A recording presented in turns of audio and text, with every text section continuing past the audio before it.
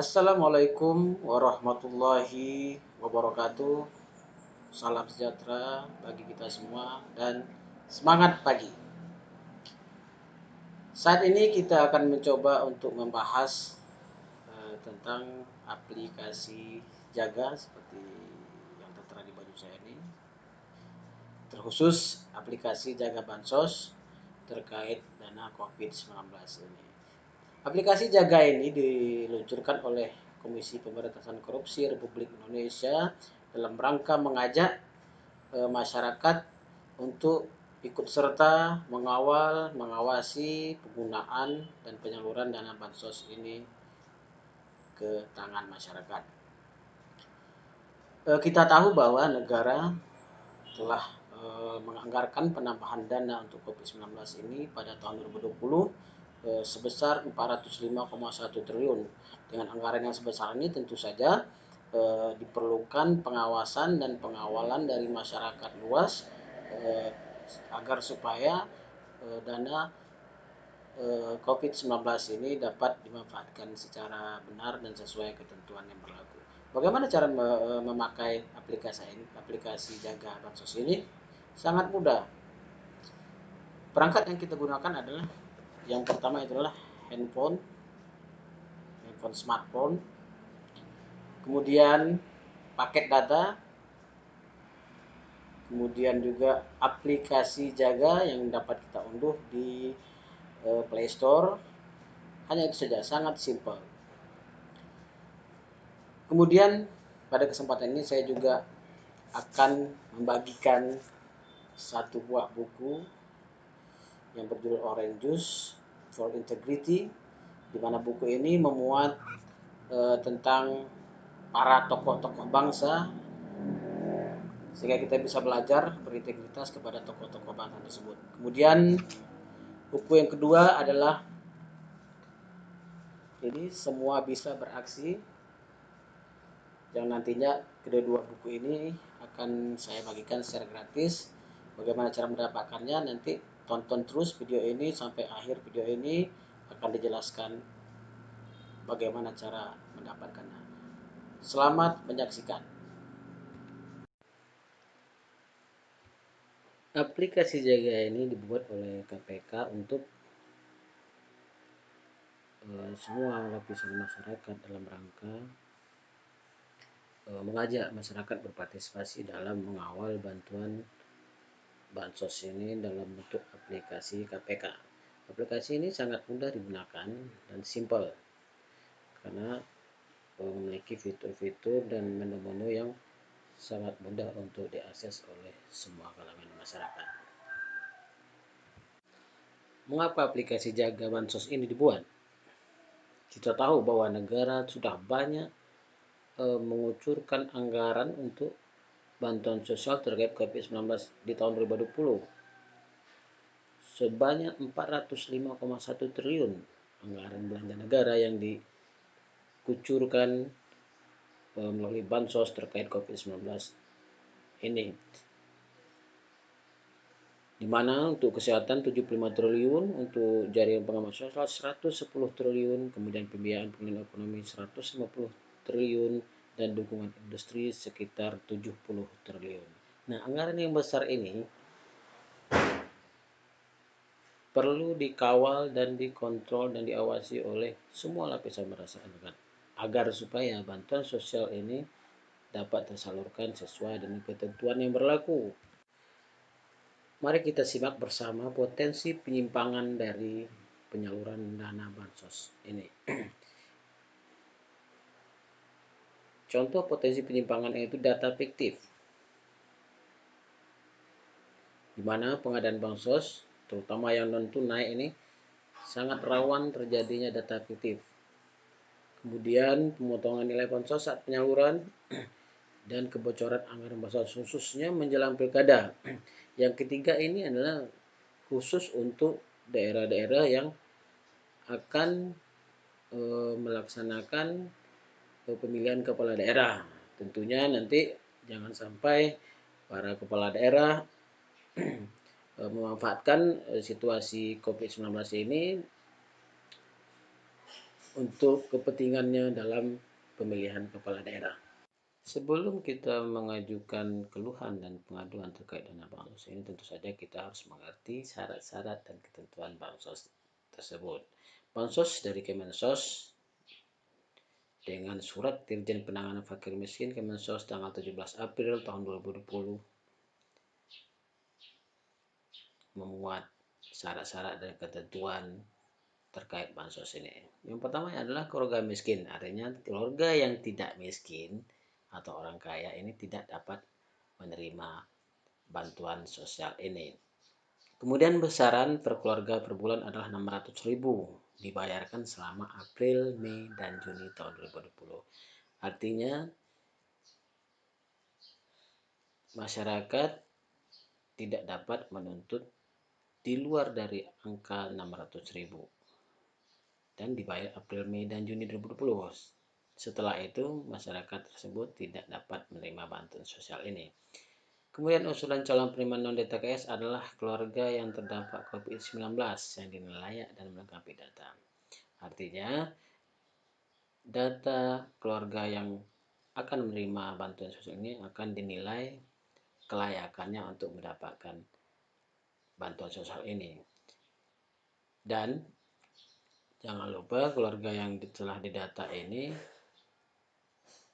harus menyampaikan BNBA, NIK, dan nomor HP. Jika tidak melengkapi data tersebut, maka sudah dipastikan bahwa keluarga tersebut tidak akan menerima bantuan sosial ini. Kemudian usulan penerima bansos tunai diupload ke situs SIKSNG Kemensos dengan persetujuan kepala daerah dan dilengkapi dengan SPTJM kebenaran data. Artinya data-data yang sudah dilengkapi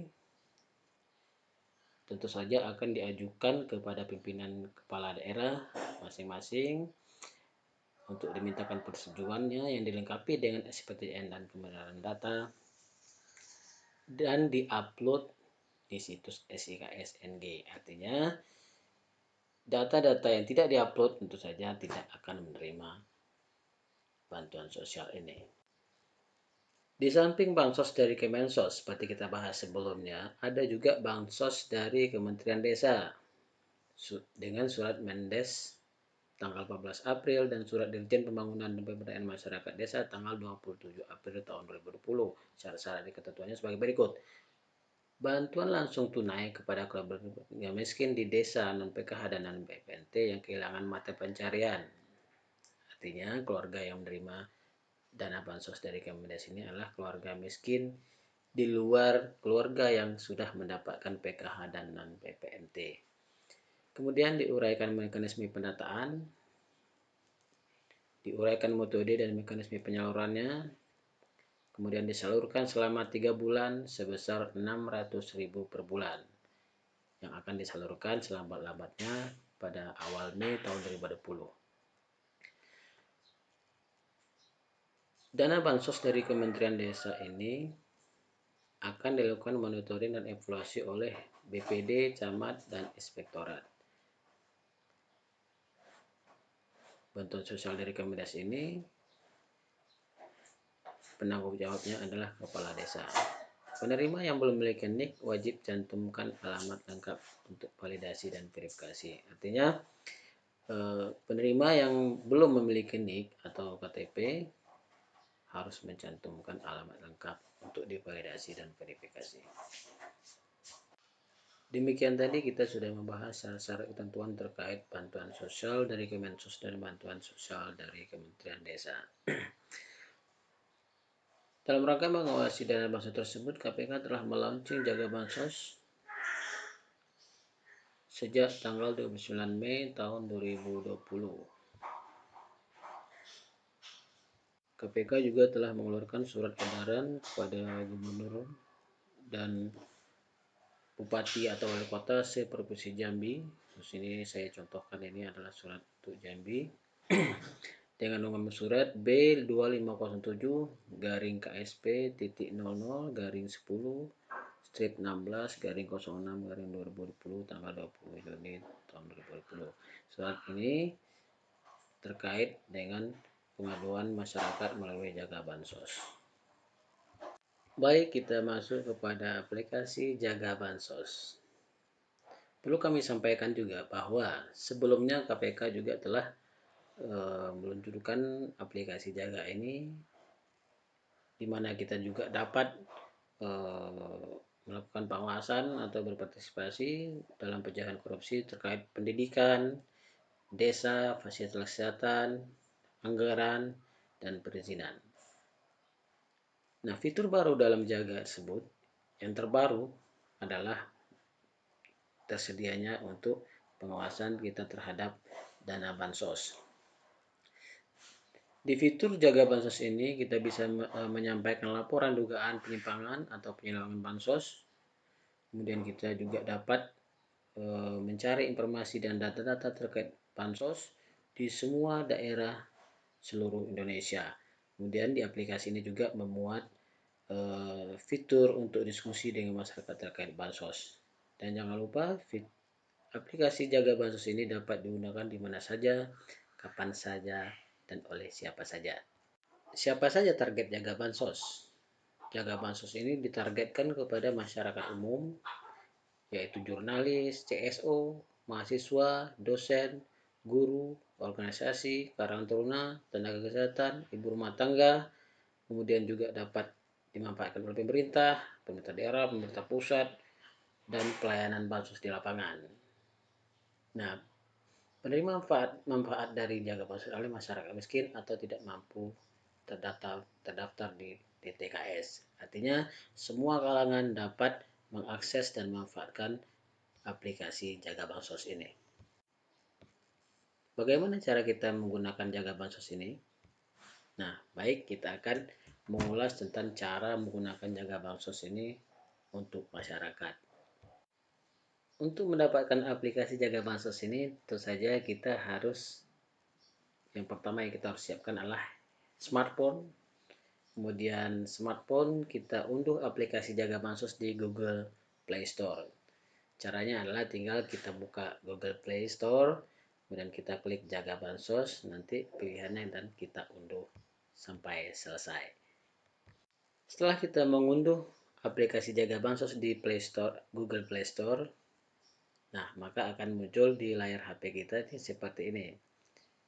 Selamat datang di aplikasi Jaga Bansos. Untuk melanjutkan fitur aplikasi Jaga Bansos, kita klik banner warna biru untuk memulai akses Jaga Bansos COVID-19. Biru sebelah atas sampai paling atas. Setelah itu akan muncul di HP kita seperti ini. Nah, di aplikasi Jaga Bansos COVID-19 ini ada dua fitur yang menarik di sini. Yang pertama adalah cari tahu. Cari tahu ini untuk mengetahui informasi tentang bansos COVID-19 di daerah-daerah tertentu. Jadi yang pilihan yang cari tahu ini dapat kita klik jika kita untuk mencari informasi dan data-data tentang bansos COVID-19 di daerah yang kita inginkan. Kemudian sampaikan keluhan. Fitur yang ini adalah setelah saya sampaikan sebelumnya bahwa kita dapat menyampaikan keluhan atau pengaduan secara langsung kepada Komisi Pemberantasan Korupsi terkait dana bansos COVID-19. Baik, kita mulai kepada pilihan yang pertama, yaitu cari tahu. Setelah kita klik pada menu cari tahu, maka akan muncul di layar smartphone kita sebagai berikut. Langkah selanjutnya adalah kita memilih provinsi dan kabupaten kota sesuai daerah yang kita inginkan. Di sini semua telah memuat semua provinsi, kabupaten, dan kota seluruh Indonesia. Kemudian klik cari Pemda hingga muncul hasil pencarian. Pilih pemerintah daerah yang kita inginkan pada hasil pencarian. Setelah kita memilih cari, maka akan muncul pada layar smartphone kita data umum tentang pemerintah daerah yang kita pilih tadi. Di sini banyak data-data yang dapat kita peroleh terkait bisa bantuan sosial, kemudian bansos reguler, bansos pada masa COVID-19, anggaran bansos dan JPS, kemudian DTKS secara umum, penerimaan bansos, kemudian kita juga bisa cek status kepesertaan Bansos, kemudian peran peserta masyarakat Kabupaten Bansos, di mana kita ini bisa memperoleh data-data terkait tersebut. Dan jangan lupa juga ada di sini menyediakan fitur-fitur istilah dalam Bansos. Setelah kita membahas tentang pilihan cari tahu tadi, maka kita akan setelah kita mendapatkan data-data terkait Bansos tersebut, kita dapat membuat keluhan dan pengaduan secara langsung melalui aplikasi ini. Baik, kita akan memulai bagaimana kita membuat keluhan. Nah, untuk pilihan yang seperti yang ada dua pilihan tadi, ada cari tahu dan sampaikan keluhan. Setelah kita klik sampaikan keluhan, maka akan muncul pada layar smartphone kita sebagai berikut.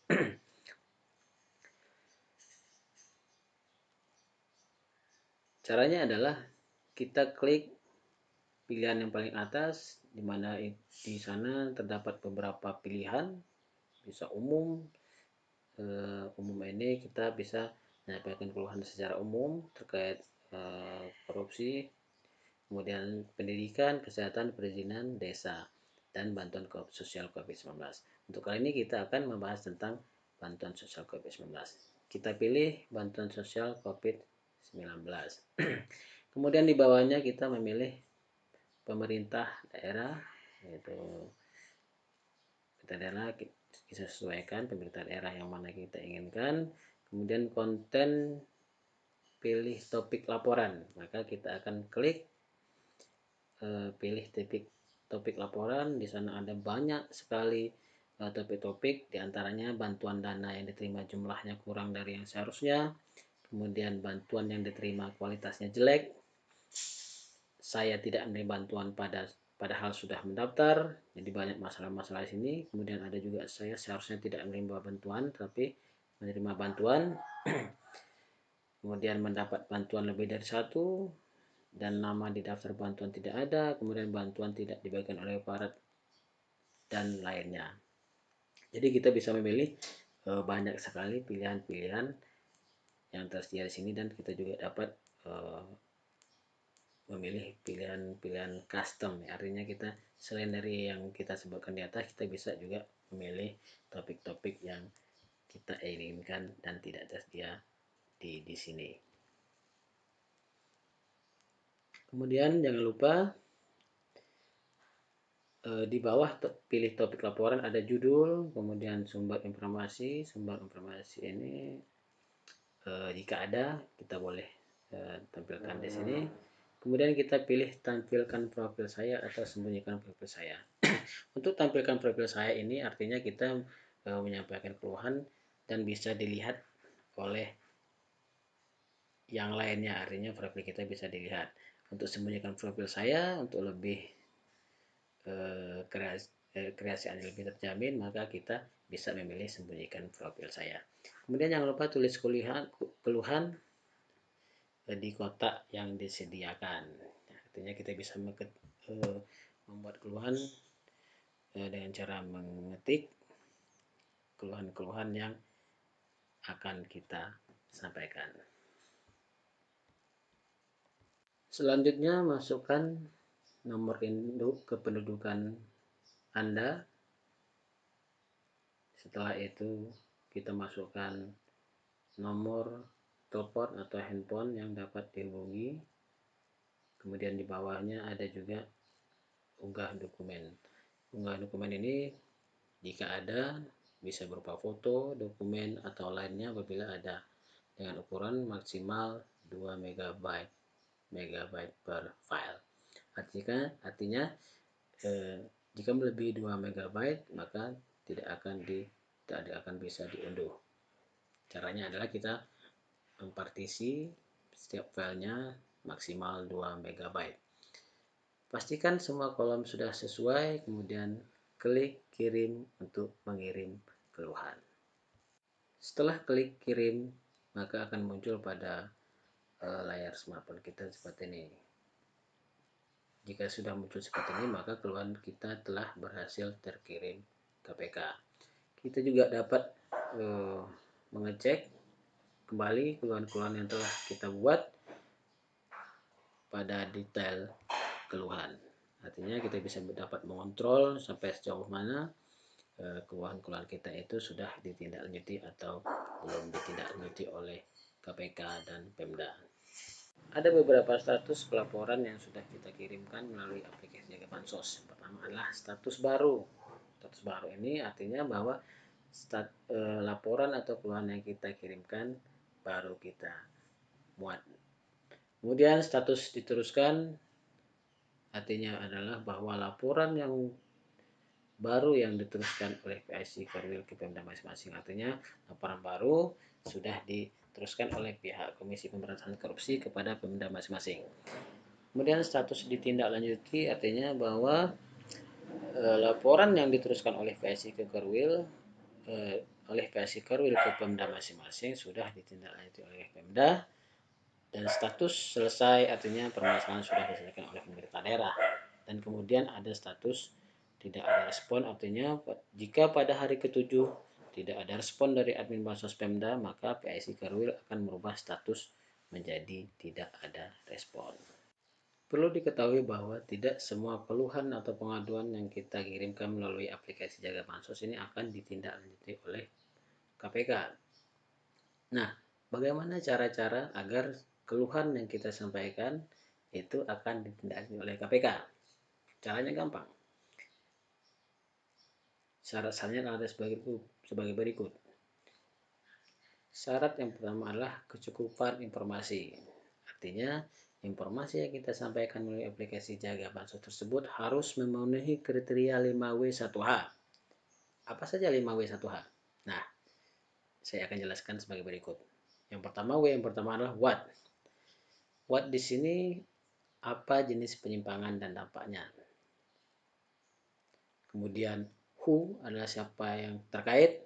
Saya contohkan misalkan ini adalah pihak desa atau pihak kecamatan atau pemerintah daerah. Kemudian where ini adalah di mana. Jangan lupa pada saat mengirimkan keluhan pengaduan kita menyampaikan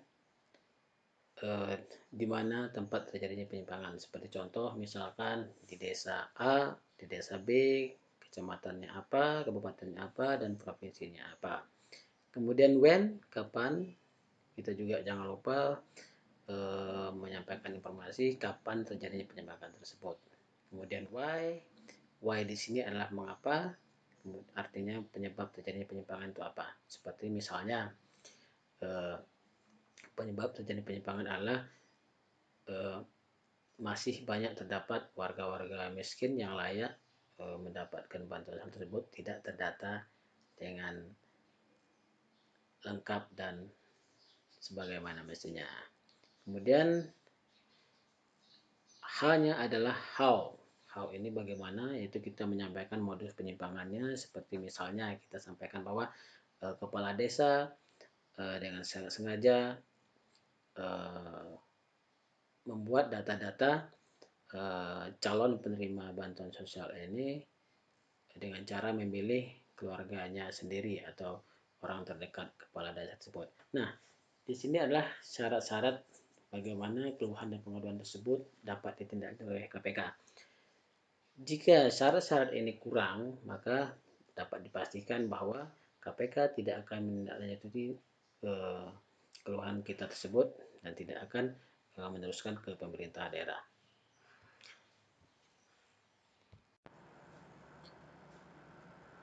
Terima kasih telah menonton video ini. Di awal video ini saya telah menyampaikan bahwa saya akan membagi-bagi buku secara gratis, dan kali ini saya akan menjelaskan bagaimana cara mendapatkan buku ini secara gratis. Caranya adalah klik like, share, dan subscribe konten ini. Kemudian hasil share silakan di screenshot dan dikirimkan ke komentar di bawah ini. Nanti screenshot terbaik nanti akan kita undi dan akan kita berikan bonus buku ini. Demikian penyampaian dari kami, semoga bermanfaat dan semoga dana bansos COVID-19 tahun 2020 ini tersalurkan secara memadai dan tepat sasaran, dan semoga kita semua dapat berpartisipasi dalam rangka mengawal dan mengawasi dana bansos COVID-19 ini melalui ujung jari. Salam anti korupsi.